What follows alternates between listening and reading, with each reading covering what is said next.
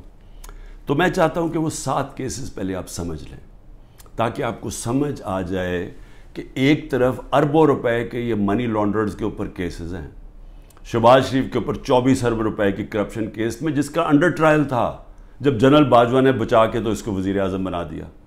اس کے علاوہ جو نواز شریف کی ابھی تک کوئی نہیں بتا سکا، وہ جو اس کی مے فیئر کی اپارٹمنٹس، بیٹوں کے پاس پیسہ، اور یہ تو سامنے ہے، باقیوں کا تو ہمیں پتہ ہی نہیں ہے کہ کتنی ان کی باہر پراپرٹیز ہیں۔ اسی طرح زرداری کا ہے، اس کی بھی ساری باہر ان کی پراپرٹیز پڑی ہیں۔ تو ایک تو یہاں سے پیسہ چوری کر کے باہر لے جانے کے الزام ہے۔ اب دوسری دفعہ دیکھیں کہ میرے اوپر 170 سے زیادہ کیسز ہیں، لیکن وہ کیسز ہیں کیا؟ تو میں پہلے شروع کرتا ہوں کوئٹہ کا کیس۔ قتل ہوتا ہے ایک وکیل کا 6 جون کو 10:30 بجے صبح۔ اب وہ یہ سمجھیں کہ مجھے اس کیس کا پتہ ہی نہیں ہے، یہ کوئی کسی وکیل نے میرے اوپر کیس کیا ہوتا ہے کوئی غداری کا، وہ یعنی اس کا کوئی مجھے نوٹس ہی نہیں آیا، مجھے پتہ ہی نہیں اس کیس کا۔ پتہ تب چلتا ہے جب ایک دم پتہ یہ جی کہ کیونکہ اتنے زیادہ کیسز تھے، تو یہ کیس تو کسی کو اہمیت ہی نہیں، کسی نے مجھے کہا کوئٹہ میں کیس ہے، مجھے پتہ ہی نہیں تھا۔ تو اس وکیل کا قتل ہوتا 10:30 بجے، 11:30 بجے پولیس میں رپورٹ ہوتا ہے۔ 2:22 میں شہباز شریف کا جو مشیر ہوتا ہے وہ سٹیٹمنٹ دیتا ہے کہ عمران خان نے اس وکیل کو قتل کیا۔ اب یہ سمجھیں کہ صرف قتل میں 10:30 سے اور 2 بجے کے اندر وہ فیصلہ کر لیتے ہیں کہ عمران خان نے قتل کیا۔ اس کے بعد کیا ہوتا ہے؟ اس کے بیٹے کو اٹھا کے لے جاتی ہے پولیس۔ اس بیٹے کو 12 گھنٹے سے زیادہ پولیس اپنے پاس رکھتی ہے۔ وہ اگلے دن جا کے اگلے دن کی دوپہر کو وہ کہتا ہے کہ جی عمران خان اس قتل میں ملوث تھا۔ لیکن پھر کیا ہوتا ہے؟ اس کی جو بیوی ہوتی ہے، وہ جو دوسری بیوی ہوتی ہے، وہ کہتی ہے کہ فیملی کے لوگوں نے قتل کیا اس کو۔ وہ ویڈیو اپنی جاری کرتی ہے کہ فیملی کے لوگوں نے قتل کیا۔ اور پھر دیکھیں، سارے کوئٹوں کا پتہ ہے کہ ان کی وہ وکیل کی دشمنیاں تھیں، سب کو پتہ ہے ان کی آپس میں دشمنیاں تھیں۔ اسی وکیل نے جا کے ہائی کورٹ کو کہا کہ مجھے سبی میں نہ کیسز مجھے دو، کیونکہ میری وہاں جان کو خطرہ ہے، میری دشمنی ہے۔ اور پھر یہ دیکھیں، یہ ذرا آپ غور سے یہ دیکھ لیں، یہ اس کو بڑے قریب سے دیکھ لیں، اور اس کے اندر یہ مظاہرے کیا کر رہے ہیں۔ ان کا قتل ہوتا ہے، اور یہ قتل میں کہتے ہیں کہ یہ قتل اس وکیل نے اس کے وکیل کی طرف سے یا انہوں نے کیا، اس کا نام لکھا ہوا ہے کہ وہ اس قتل میں ملوث تھا۔ تو جب ایک فیملی دشمنی بھی ہوتی ہے، اس سے پہلے ہی وہ پرائم منسٹر کا مشیر کہتا ہے کہ جی عمران خان نے قتل کر دیا، ابھی تفتیش بھی نہیں ہوتی۔ اور مجھے افسوس سے کہنا پڑتا ہے کہ وہاں ہماری سنا بھی نہیں گیا کوئٹہ ہائی کورٹ میں. خیر وہ اور وجوہات ہیں, اس کی بھی ہمیں وجہ پتہ ہے پیچھے کیا ہے. تو یہ آپ ذرا سنیں. اس کے بعد یہ پہلی دفعہ میرے نام پہ قتل نہیں کیا نام ڈالا جاتا. زبیر نیازی, وہ لطیف کھوسا کے گھر باہر گولیاں چلتی ہیں. زبیر نیازی جو کہ ہمارا لاہور کا سیکرٹری جنرل ہے, اس کے نام پہ وہ آ جاتے جی اس نے گولیاں چلائی ہیں. اور وہ گولیاں کسی آدمی کو کھڑا کرتے ہیں جو کہتا ہے جی مجھے زبیر نیازی نے کوئی پیسے دینے تھے گولیاں چلانے کے لیے. اب لطیف کھوسا ہمارے ساتھ ملٹری کورٹس کے خلاف کیسز کر رہے ہیں, تو وہ کیوں گولیاں چلائے گا اس کے گھر, جو کہ وہی کیس کر رہے ہیں جو ہم کر رہے ہیں سپریم کورٹ میں. اور پھر ضلع شاہ کا جب قتل ہوتا ہے, ضلع شاہ کا جب قتل ہوتا ہے, سب سے پہلے 302 میرے اوپر قتل کا چارج لگا دیتے ہیں. 3 دن تک وہ میرے اوپر 302 لگاتے ہیں قتل کا چارج. پھر کیا ہوتا ہے, اس کا پوسٹ مارٹم ہو جاتا ہے. پوسٹ مارٹم میں پتہ چلتا ہے 26 جگہ اس کے اوپر تشدد ہوا ہوتا ہے. تو اب ظاہر ہے وہ یہ تو نہیں کہہ سکتے تھے کہ عمران خان نے اس کو تشدد کروا کے اپنے کارکن کو مار دیا, تو انہوں نے پھر ایکسیڈنٹ اس کا ڈال دیا. ایکسیڈنٹ میں بھی کہا کہ عمران خان اس کے اندر کوئی اس نے انفارمیشن چھپائی ہے, میرا پھر نام ڈال دیا. میں صرف یہ کہہ رہا ہوں کہ پہلے تو یہ سمجھ جائیں کہ یہ ہے آج کا پاکستان, کہ یہاں کوئی ان کو شرم نہیں آتی اس طرح جھوٹ بولتے ہوئے, اس طرح کے کیسز بناتے ہوئے. ان کو کوئی شرم نہیں ہے کہ ساری قوم کو پتہ ہے کہ جھوٹ بول رہے ہیں. یعنی کون نہیں جانتا کہ یہ جو انہوں نے کیا ہے, سارا کوئٹہ کو پتہ ہے کہ یہ اس کے اندر عمران خان کا کوئی تعلق نہیں تھا. میرا تعلق 150 کیسز تھا, مجھے کیا نہیں, اور بھی کوئی وکیلوں کو میں مرواؤں گا. اور وہ کیس جس کی اہمیت ہی نہیں تھی, سب کو پتہ ہے جھوٹ بول رہے ہیں, لیکن ان کو کوئی شرم نہیں ہے. یہ سر پیر سے اتار بیٹھے ہیں. انٹرسٹ صرف یہ کہ کسی طرح عمران خان کو جیل میں ڈالنا ہے. اب میں ذرا, یہ پہلا کیس ہے, آگے چلیں. آگے کیس ہوتا ہے جی 9 مئی کا. اب 9 مئی کو کیا ہوتا ہے, یہ ذرا غور سے سنیں. 9 مئی کو ہوتا کیا ہے, جو مظلوم ہوتا ہے یعنی جس پہ ظلم ہوتا ہے, اسی کے اوپر اس کو مجھے جب اندر جیل میں ڈالتے ہیں تو میرے اوپر کیسز کی بارش ہو جاتی ہے. 9 مئی کے بعد میرے اوپر 25 کیس ہو گئے ہیں. جدھر بھی کیس ہوتا ہے کہتے جی عمران خان کی ایمان, میرے کہنے پہ یہ ہوا ہے. کہیں کسی نے کچھ کیا ہو یا جو بھی کسی کے اوپر الزام لگایا ہو 9 مئی کے بعد عمران خان کے کہنے پہ ہوا. عمران خان جیل میں بند تھا, اور جو ظلم ہوا ہے وہ عمران خان سے ہوا ہے. میں بیٹھا ہوا ہوں رجسٹری آفس ہائی کورٹ اسلام آباد میں, میرے پاس بیل تھی, مجھے کسی صورت وہاں کوئی پکڑ نہیں سکتا تھا. صرف پولیس نہیں آئی, رینجرز کمانڈوز آئے مجھے اٹھانے کے لیے. ساری دنیا میں کیا امیج گیا, شیشے توڑ کے, لوگوں کو ڈنڈے مار کے, وکیلوں کو زخمی کیا. وہاں کے بیچارے جو کام کر رہے تھے رجسٹری آفس, ان کو ڈنڈے پڑے, چیزیں توڑ دی انہوں نے, اور ایک دہشت گرد کی طرح مجھے پکڑ کے لے کے گئے. میرے اوپر سر پہ لگا, پیچھے میرے خون نکل رہا. کوئی شرم نہیں آئی, کسی نے ابھی تک بات نہیں کی کہ یہ بتائیں کہ کس قانون کے تحت انہوں نے پکڑا تھا مجھے.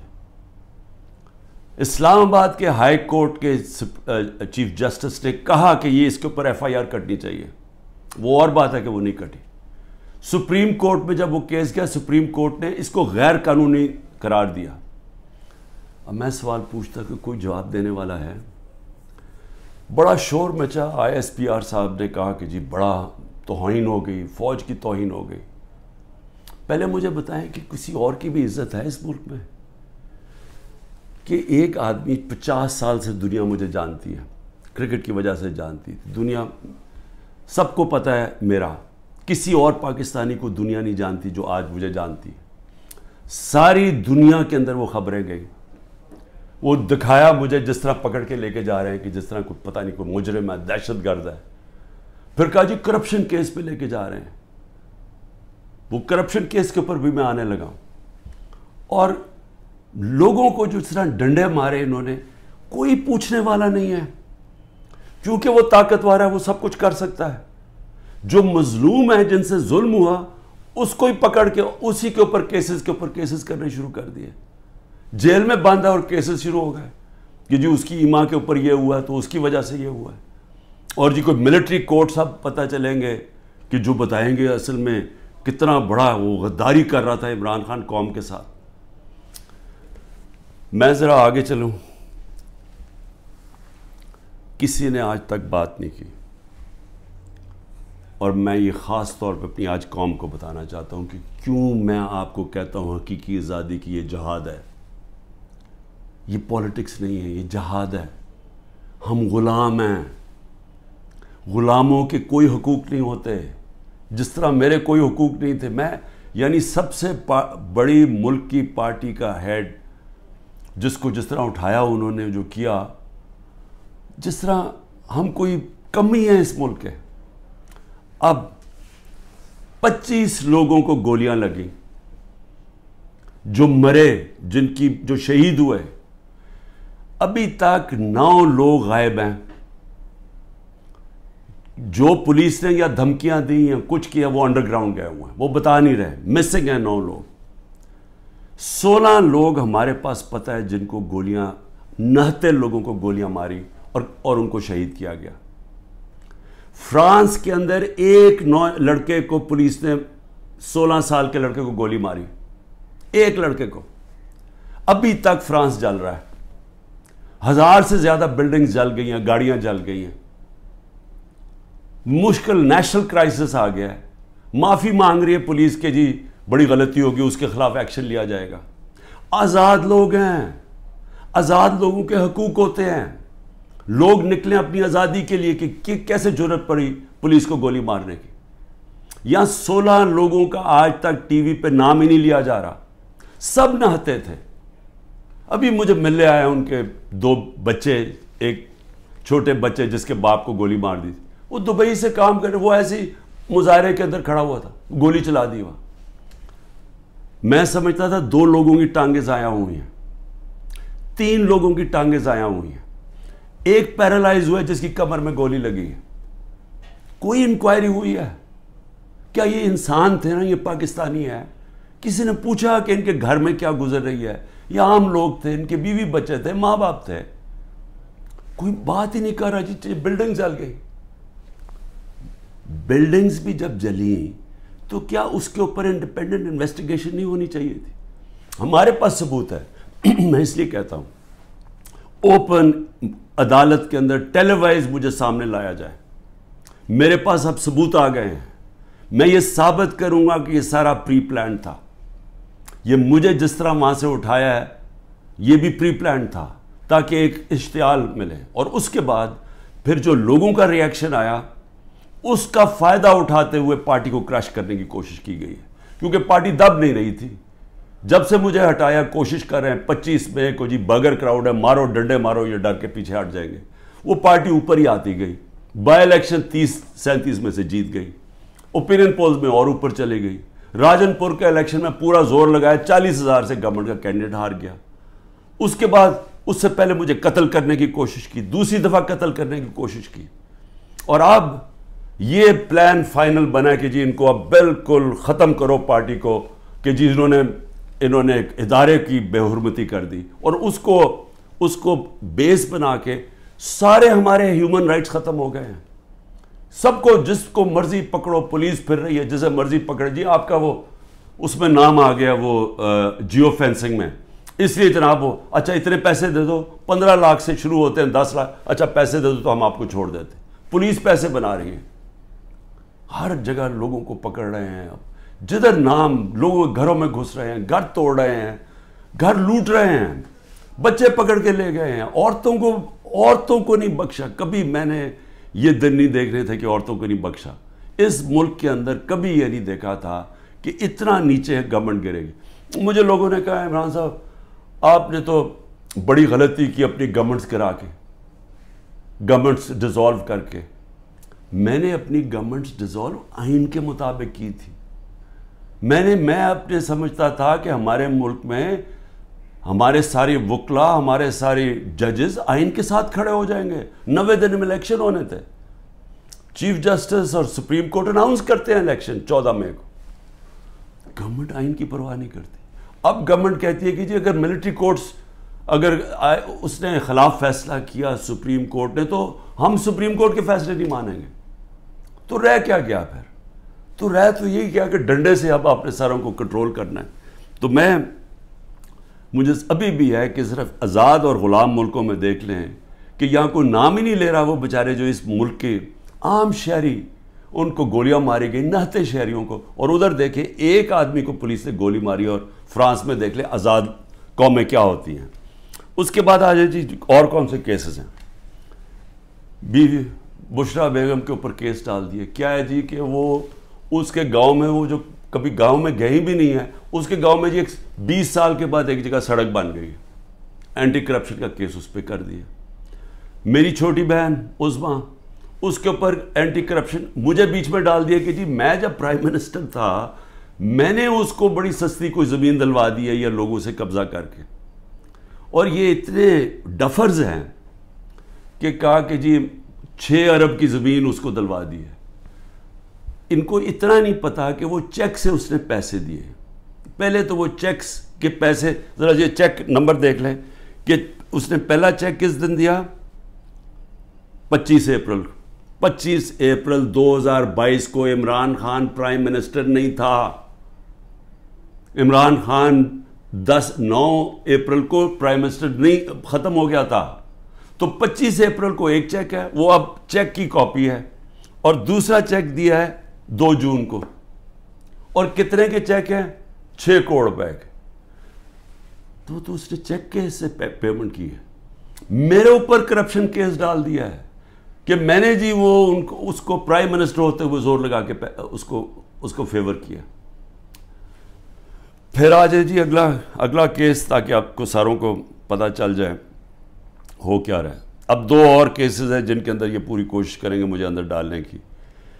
وہ نیب کے کیسز ہیں. ایک ہے القادر کا جس میں انہوں نے مجھے پکڑا تھا، اور دوسرا ہے توشہ خانہ. اب یہ القادر کا کیس کیا ہے ذرا یہ غور سے سمجھ لیں پھر سے، کیونکہ میں چاہتا ہوں کہ ساری قوم کو سمجھ آ جائے. وہ کیس یہ ہے کہ ایک کیبنٹ فیصلہ کرتی ہے، کیبنٹ کے سامنے ایک فیصلہ آتا ہے کہ اگر ایک ملک ریاض فیملی اور ایک انگلینڈ کے national NCA national crime agency, ان کے بیچ میں ایک فیصلہ ہوتا ہے. وہ کہتے ہیں پرائیویٹ، ان کے بیچ میں فیصلہ ہوتا ہے. وہ یہ کہتے ہیں کہ اگر آپ، ہماری کیبنٹ کے سامنے آتا ہے کہ اگر آپ اس کو فیصلے کو کانفیڈینشیل رکھیں گے، صرف کیبنٹ سے، عدالت سے نہیں، اگر کیبنٹ میں کانفیڈینشیل رکھیں گے تو 190 ملین پاؤنڈ پاکستان میں آ جائے گا سپریم کورٹ کے اکاؤنٹ میں. اور لیکن اگر آپ اس کو کانفیڈینشیل نہیں رکھیں گے تو آپ کو انگلینڈ کے اندر کیس کرنا پڑے گا، سول کیس، جو 5-6 سال چل سکتا ہے. اور آپ کو ثابت کرنا پڑے گا، آپ کے اوپر ہوگا کہ آپ نے ثابت کرنا ہے کہ وہ پیسہ منی لانڈرنگ کا ہے. ہمیں وہاں کیبنٹ کے اندر پہلے بھی بتایا گیا کہ $100 ملین پاکستان کا بیرون ملک کیسز کے اندر بہ گیا ہے، ہار چکے ہم کیس. $100 ملین ہماری بڑا برا ریکارڈ ہے باہر کیسز کا. اور وہ بھی 5-6 سال لگنے تھے، جبکہ اب وہ پیسہ سیدھا اب آ جانا تھا اور پاکستان میں 190 ملین پاؤنڈ آ جانا تھا. کیبنٹ فیصلہ کر لیتی ہے. بعد میں کہتے ہیں کہ جی وہ تو کسی اور مد میں جانا چاہیے تھا، وہ جانا چاہیے تھا گورنمنٹ کو، سپریم کورٹ کو نہیں جانا چاہیے تھا. بھیا کیبنٹ آج جا کے سپریم کورٹ کو کہے کہ جی وہ پیسہ دوسری طرف ٹرانسفر کریں اور ہم ثابت کر دیں گے کہ یہ پیسہ منی لانڈرنگ سے، تو آج بھی کر سکتے. کیا چیز روک رہی ہے ان کو؟ پیسہ تو پاکستان آ گیا ہے. اور کہہ یہ رہے ہیں کہ اس سے 7 مہینے پہلے جو کہ القادر یونیورسٹی جو چیریٹیبل ٹرسٹ ہے، ادھر چل رہے ہیں، ادھر مفت تعلیم اس طبقے کو دی جا رہی ہے جو بچے کبھی یونیورسٹی تعلیم نہیں لے سکتے، مفت تعلیم ان کو مل رہی ہے وہاں. یہ کہہ رہے ہیں کہ میں نے القادر کی وجہ سے کوئی فیور کروا دیا. یہاں ساری کیبنٹ کا فیصلہ، وہ سب نے یونینمس فیصلہ، وہاں لا منسٹر بیٹھے ہیں، وہاں کیبنٹ سیکرٹری بیٹھا ہے, وہاں ادھر فائنانس منسٹر بیٹھے ہیں, وہ سب نے فیصلہ کیا. لیکن عمران خان نے اس لیے کیا کیونکہ اس کو القادر میں عمران خان کو کیا فائدہ ہے؟ مجھے یہ بتائیں کہ وہ القادر کے ٹرسٹ میں لکھا ہوا ہے کہ 1 روپیہ نہیں مل سکتا ٹرسٹیز کو, جس میں عمران خان اور بشرا بیگم ہیں. جس طرح نمل یونیورسٹی کے ہمیں کوئی پیسہ نہیں مل سکتا, جس طرح شوکت خان ہمیں نہیں مل سکتا. یہ چیریٹیبل ٹرسٹ ہے. کہہ رہے ہیں کہ میں نے اس کی وجہ سے اس کو فیور کر دیا. بھئی آپ اگر فیور کر دیا, آپ آج جا کے سپریم کورٹ میں ریٹ کر دیں کہ یہ پیسہ ادھر ٹرانسفر کر دیں. پیسہ تو پاکستان آ گیا. ایک یہ القادر ہے. دوسرا ہے جناب توشہ خانہ. توشہ خانہ کیا ہے؟ ذرا غور سے سن لیں. 70 سال سے قانون یہ ہے کہ جب گفٹس ملتی ہیں پرائم منسٹر کو, پریزیڈنٹ کو, آرمی چیف کو, منسٹرز کو, جن کو بھی جب گفٹس ملتی ہیں تو وہ کیا ہوتا ہے, وہ سیدھا توشہ خانہ میں جاتی ہے. توشہ خانہ کے اندر اس کی ویلیو نکالی جاتی ہے. ویلیو کیسے نکالی جاتی ہے؟ وہ FBR سے علیحدہ ویلیو لیتے ہیں, اور پھر ایک اپریزر ہوتا ہے جو انڈیپینڈنٹ ہوتا ہے, اس سے علیحدہ ویلیو لیتے ہیں. وہ جو ویلیو زیادہ ہوتی ہے وہ آ کے بتاتے ہیں کہ جی آپ نے بتائیں یہ اس کی ویلیو ہے, ان کے زمانے میں 20% دے کے آپ خرید سکتے ہیں اگر آپ رکھنا چاہیں. ہم نے اس کو 20 سے 50% کر دیا کہ آپ 50% دیں, وہ گورنمنٹ کو چلی جاتی ہے اگر آپ رکھنا چاہیں. یہ ہے قانون. میں نے اسی قانون کے مطابق کئی گفٹس لی, کئی میں نے نہیں لی. مجھے یہ بتائیں کہ اس میں میں نے غلط کام کیا کیا ہے؟ سارا ریکارڈ وہاں پڑا ہوا ہے. جو میں نے گفٹس لی, جو بھی میں نے فیصلہ کیا میں نے بیچ دی ہیں, اس کے اوپر کیپٹل گینز ٹیکس وہ سارا FBR میں نے ڈکلیئر کیا ہوا ہے. سارا کچھ میرا ڈکلیئرڈ ہے. اس میں نے غلط کام کیا کیا؟ یہ کہہ رہے ہیں کہ جناب وہ اس کی غلط ویلیو دکھا دی. بھئی غلط ویلیو دکھا دی تو ان سے پوچھے جو ویلیو نکال رہے ہیں. میرا تو کام نہیں ہے ویلیو کی. میں تو نہیں جا کے بیچ رہا, میں تو نہیں اسیس کر رہا.